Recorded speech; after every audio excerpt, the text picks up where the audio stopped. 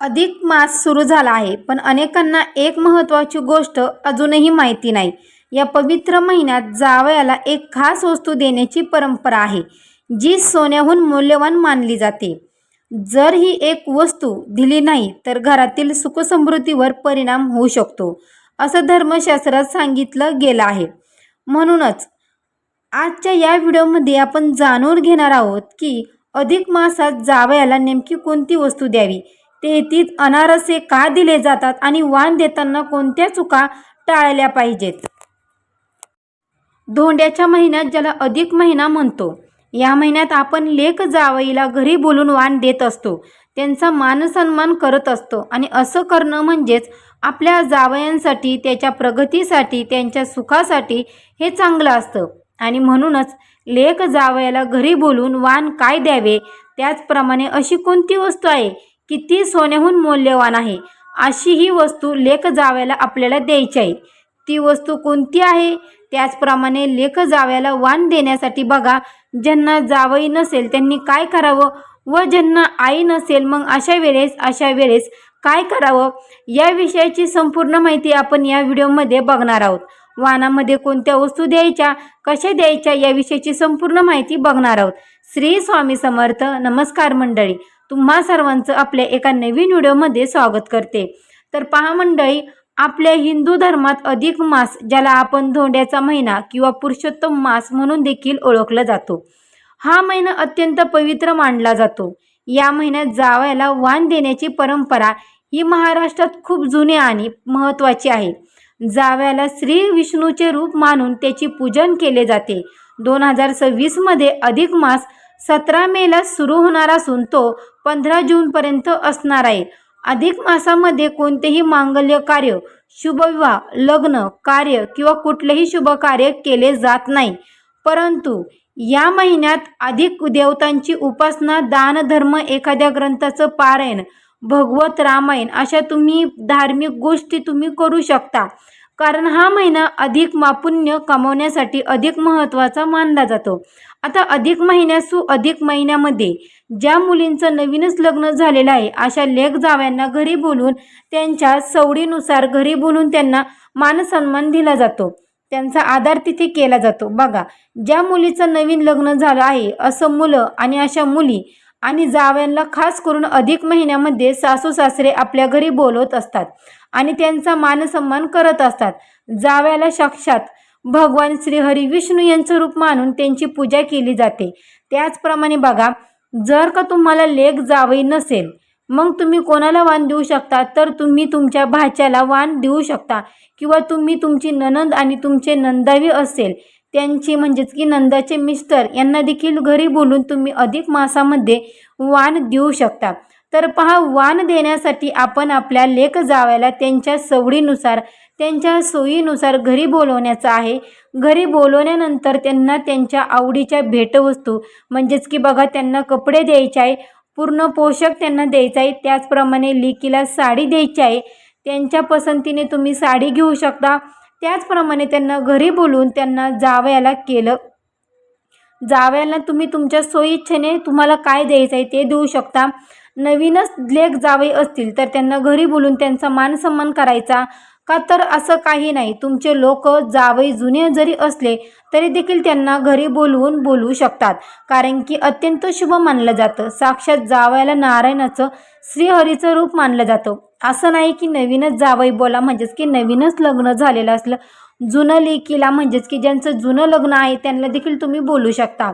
श्रीहरीचं रूप मानलं जातं. त्यामुळे तुमची लेक जावईची चैन जरी असली तरी तुम्ही त्यांना घरी जेवायला बोलवू शकता. तुमची यथाशक्तीने तुम्ही त्यांना तुम्ही त्यांना मान सन्मान करू शकता. तुम्ही त्यांना भेटवस्तू देऊ शकता. लेक जावई नवीन असले तरी आवर्जून त्यांना भेटवस्तू द्यावी. बघा, वाण म्हणून काय द्यावं, लेक जावेला घरी बोलून. आणि हो, तुम्ही जर आपल्या चॅनलवर जर नवीन असाल तर आपल्या चॅनलला सबस्क्राईब करा आणि कमेंटमध्ये श्री स्वामी समर्थ लिहायला अजिबात विसरू नका. तर वेळ न घालवता आपण हुबा पोशाख द्यावा, लेकीला साडी घ्यावी, जेवायला बनवावं. त्याचप्रमाणे वाणामध्ये अनारसे देण्याची पद्धत आहे. जावयाला 33 अनारसे दिले जातात. 33 ही संख्या या महिन्यात अत्यंत शुभ मानली जाते. त्याचप्रमाणे तांब्याचं ताट आता अनारसे हे तांब्याच्या किंवा चांदीच्या ताटात ठेवून दिले जाते. बघा, एक चांदीचा ताम्हण आपल्याला घ्यायचा आहे, त्यात 33 अनारसे ठेवायचे आहे. त्यानंतर अनारशाच्या वर एक तांब्याचा किंवा चांदीचा दिवा लावून तो दान केला जातो. आता या अधिक महिन्यामध्ये खास करून चांदीची निरांजन देण्याची पद्धत आहे. तुम्ही तुमच्या यथाशक्तीने तुमच्या परिस्थिती तिथीनुसार तुमची जी काही परिस्थिती असेल तुम्ही जावयाला वाण भेटवस्तू देऊ शकता.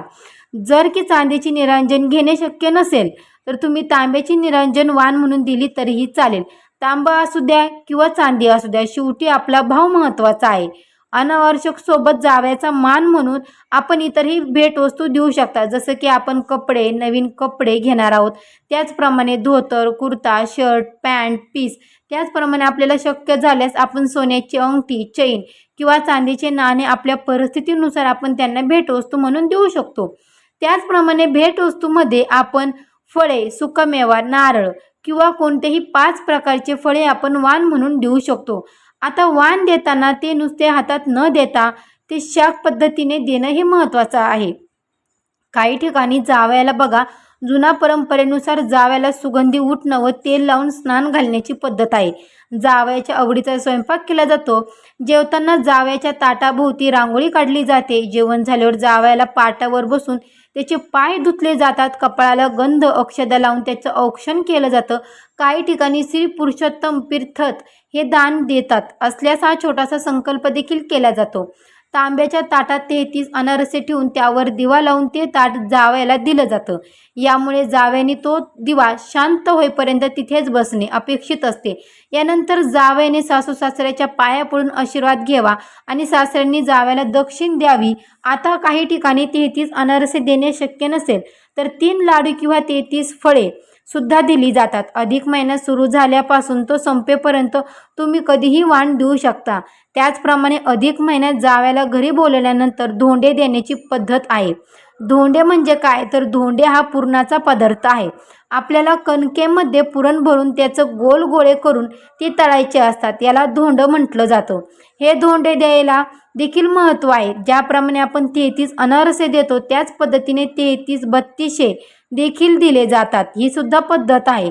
अधिक महिन्यामध्ये लेक घरी आल्यानंतर लेकीला नवीन जोडवे करणं किंवा तिचे जुने जोडवे असतील तर त्यामध्ये भर घालणं हे खूप शुभ मानलं जातं. आईने आवर्जून अधिक महिन्यात लेकीच्या जोडव्यामध्ये भर घालावी किंवा चांदीची नवीन जोडवे तिला भेटवस्तू म्हणून द्यावी.